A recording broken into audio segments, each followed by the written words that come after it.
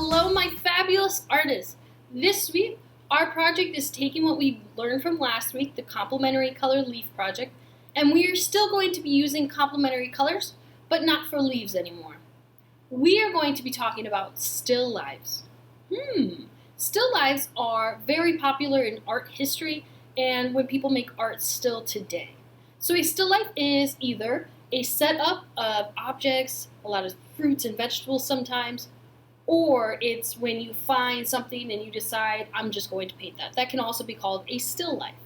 Here are some historically famous still lifes. A still life is nice because fruit does not move, unlike painting a human or animal, or even outside, the weather does change, but fruit or vegetables or toys sitting on the table, they don't move. Our project this week will be a still life, and it will be oranges or clementines on a purpley blue background. The reason the background is purpley and blue is because the oranges are yellowy orange. So we are using the complementary. For yellow, it's purple. For orange, it's blue. So we will use those four colors, and we will also practice texture again. I use crayons, I use watercolors. You could also use marker with water, and I used markers. And here is our beautiful still life that will look good on your fridge at home. Let's get started. Our paper is horizontal, and I'm using a black crayon. It's important that you are using a crayon for this step. I'm doing 3 circles. They're not really perfect. One is to the side, and I'm adding a stem with leaves on it. That part's really optional. If you don't want leaves in a stem, that's okay. You don't have to. I did add blue little veins in the leaves, and I added a orange slice, which is a diagonal line and a smile. I used a white crayon for the triangles in the orange, and I'm going to use the black crayon as the horizontal line. That line is really important.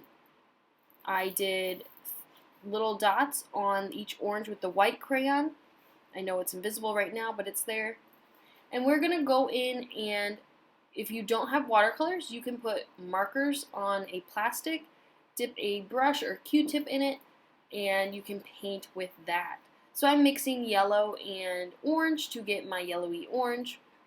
And now you can see that the white highlight is there and it's stuck through. I'm doing the same marker hack with each leaf. And now it's time for the background.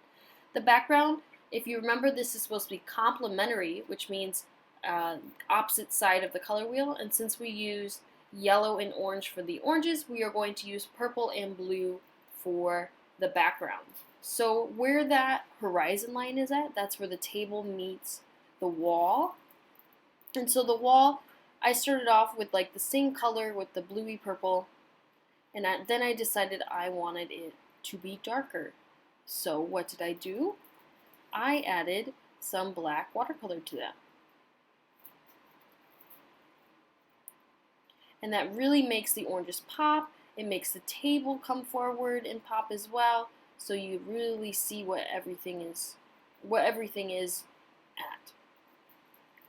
Once this dries, so about now the oranges are dry, you're going to use a marker or a crayon or a color pencil and add lots and lots of baby dots for the texture of the oranges. So I'm using the peach, the yellow, and the orange markers to achieve this. Woohoo! We are all done with this project. This was just a 1-week project, and I bet yours looks fantastic, so I want to see it. Make sure you take a photo of it and post it onto our Google Classroom page. Bye!